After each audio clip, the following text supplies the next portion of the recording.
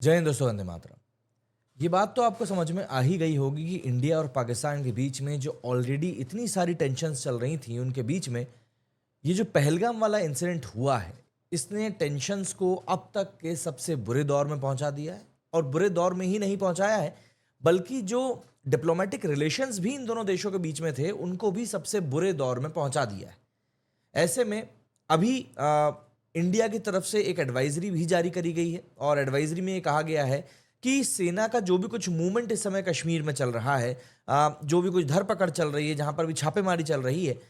उसका coverage media को करने से रोका गया है कि भाई आप उस सेना का हमारी कवरेज ना करें, जिससे कि ऑब्वियस सी बात है कुछ नेगेटिव एलिमेंट्स भी होंगे जो कि इस समय उन्हीं न्यूज़ चैनल्स का यूज़ कर रहे होंगे। हमने देखा था कारगिल वॉर के समय पर क्या कुछ हुआ था। तो मीडिया के लिए एडवाइजरी ऑलरेडी जारी कर दी गई है, लेकिन सवाल वही है कि ये जो टेंशन्स इंडिया और पाकिस्तान के बीच में इस समय बढ़ रही हैं, तो क्या अब ये मान लेना सही होगा कि एलओसी को पार करने का वक्त आ गया है? क्योंकि जिस शिमला एग्रीमेंट को रिवोक करने की बात इस समय पाकिस्तान कर रहा है, अगर उस शिमला एग्रीमेंट को वाकई में पाकिस्तान के दम है और वो उसको रिवोक कर देता है, तो उसका सिंपल सा मतलब यही होगा कि इंडिया एलओसी पर हमला बोल सकता है और उसमें कोई कुछ बोल भी नहीं सकता। हाँ, ये बात जरूर है कि इंडस वाटर ट्रीटी को लेकर पाकिस्तान ने जो पॉइंट्स उठाए हैं, कहीं ना कहीं उनमें भी काफी हद तक वैलिडिटी है। बट एक बेसिक पॉइंट जो कि इंडस वाटर ट्रीटी को बनाने का था, वो ये था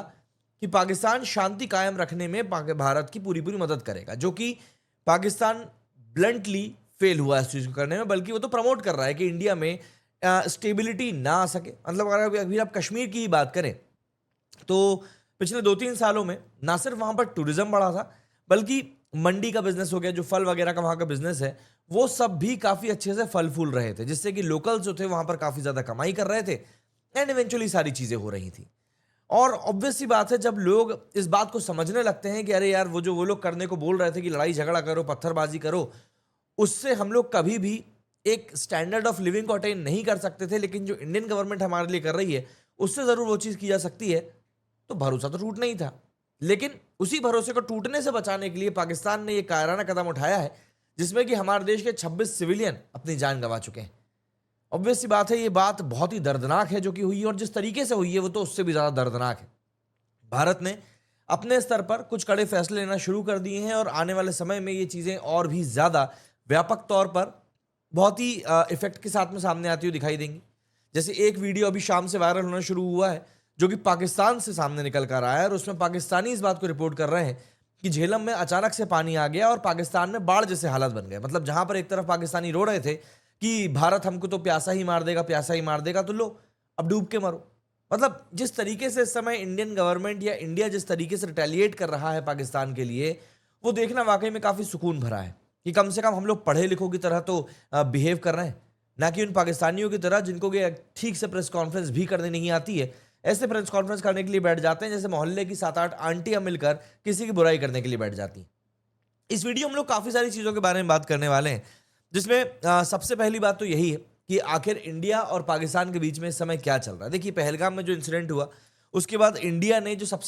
5 सबसे बड़े फैसले लिए थे, उनमें सबसे बड़ा और इंपॉर्टेंट फैसला यही था कि इंडस वाटर ट्रीटी को सस्पेंड किया गया है। अब देखिए, कई लोग इसके ऊपर क्वेश्चन रेज कर रहे हैं कि यार, इंडस वाटर ट्रीटी को सस्पेंड किया गया है, क्या हमारे पास पानी को रोकने के लिए इतना बड़ा रिजर्वायर है, क्या डैम्स है? बेसिकली क्या हमारे पास इतने पानी को रोकने का या डाइवर्ट करने के लिए इंफ्रास्ट्रक्चर मौजूद है? नहीं है। मैं आपको सिंपल बता रहा हूं, नहीं है। लेकिन ये जो इंडस वाटर ट्रीटी को सस्पेंड करने का जो ऑफिशियल लेटर पाकिस्तान को भेजा गया है, इसके 2 मायने हैं। पहला तो यह कि पाकिस्तान गवर्नमेंट में एक पैनिक क्रिएट किया जाएगा। और देखिए, आप माने या ना माने, अभी उमर अब्दुल्ला का भी मैं बयान सुन रहा था शाम को, उमर अब्दुल्ला ने भी यह बात कही है कि देखिए, Indus water treaty Jammu Kashmir के साथ हुआ सबसे बड़ा धोखा था। अब ये बात उमर अब्दुल्ला कह रहे हैं ना, ये भाजपा का कोई नेता नहीं कह रहा है।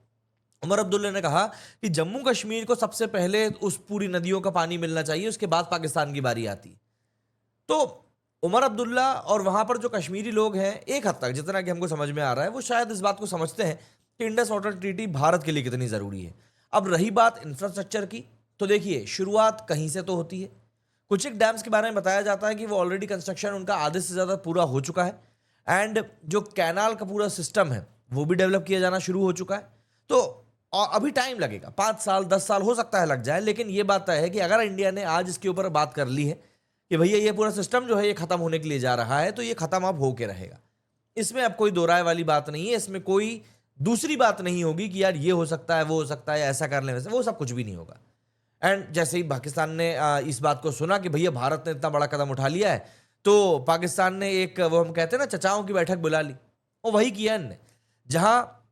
भारत में प्रॉपर जो जनप्रतिनिधि होते हैं, जो चुन के आए हुए नेता होते हैं, उन लोगों ने मिलकर बैठकर एक मीटिंग करी और एक डिसीजन पर पहुंचे। पाकिस्तान की अगर हम बात करें तो पाकिस्तान में एनएससी करके एक मीटिंग बुलाई गई, जिसमें कि ज्यादातर आर्मी ऑफिसर्स मौजूद थे, और इस बात से क्लियर होता है कि भाई पाकिस्तान चल ही आर्मी के कारण रहा है। तो इस पूरी मीटिंग में इन लोगों ने बेसिकली भारत को लेकर कहा कि भाई भारत ने जो इंडस वाटर ट्रीटी को लेकर कदम उठाया है, और कुछ नहीं बल्कि एक एक्ट ऑफ वॉर की श्रेणी में आता है। साथ ही साथ पाकिस्तान ने यह भी कहा है कि भैया हम शिमला एग्रीमेंट जो है उसको हम लोग अब वापस ले लेंगे अगर आप इंडस वाटर ट्रीटी के ऊपर जाते हो तो।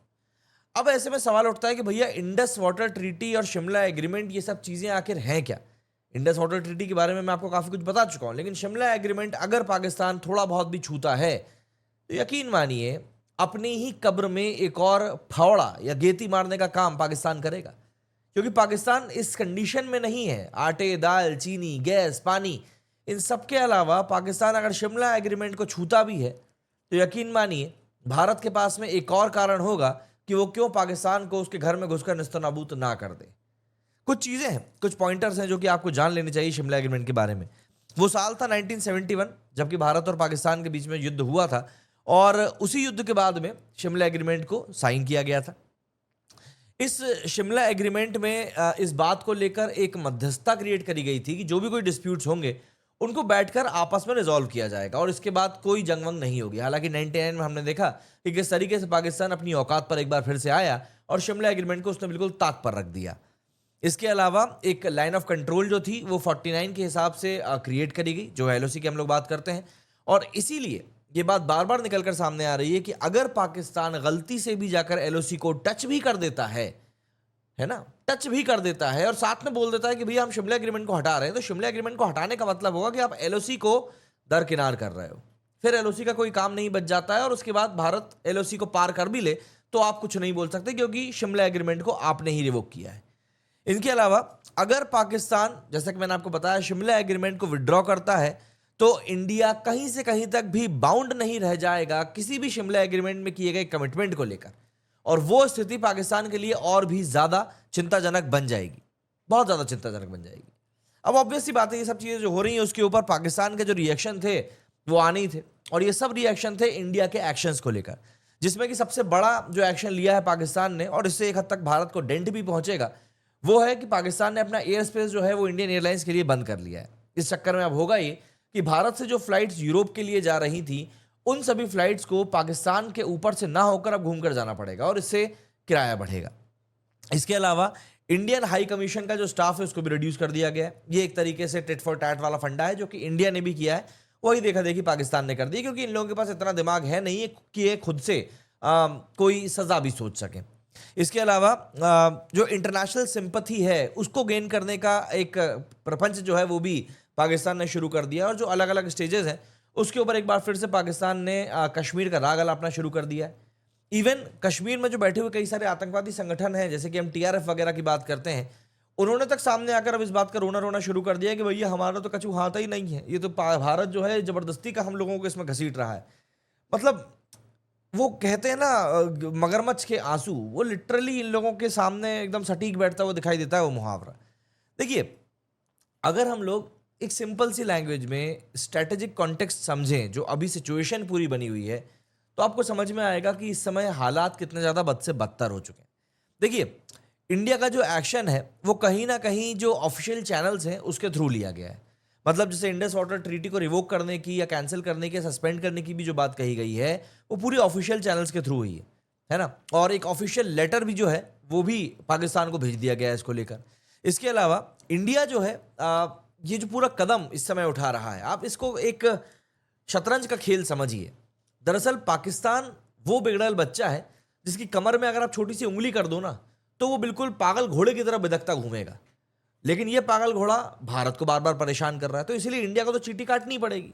और इंडस वाटर ट्रीटी को लेकर जो मैंने आपको चीज बताई कि इसके इंप्लीकेशंस आप इमीडिएट बेसिस पर नहीं कर सकते, it will take some time, infrastructure को डेवलप करने में साल 5 साल 10 साल लगेगा। लेकिन इससे होगा ये कि पाकिस्तान प्रोवोक हो जाएगा, एंड पाकिस्तान ने प्रोवोक होकर अगर, जैसा कि वो कर रहा है, अगर उसने शिमला एग्रीमेंट को टच किया तो एलओसी को पार करना भारत के लिए बहुत आसान काम हो जाएगा, जैसा कि मैं आपको ऑलरेडी बता चुका हूं। अब अगर हम इंडिया के प्रिपरेशंस की बात करें कि भाई भारत में आखिर क्या कुछ इसको लेकर प्रिपरेशंस चल रही हैं, क्या कुछ बातचीत चल रही है, तो आप इस बात को समझिए कि अपोजिशन एंड फॉरेन डिप्लोमेट्स जो हैं वो उनको इस बारे में पूरी चीज़ बता दी गई। और सबसे अच्छी चीज़ इस बार देखने के लिए यही मिली है कि जो अपोजिशन पार्टीज़ हैं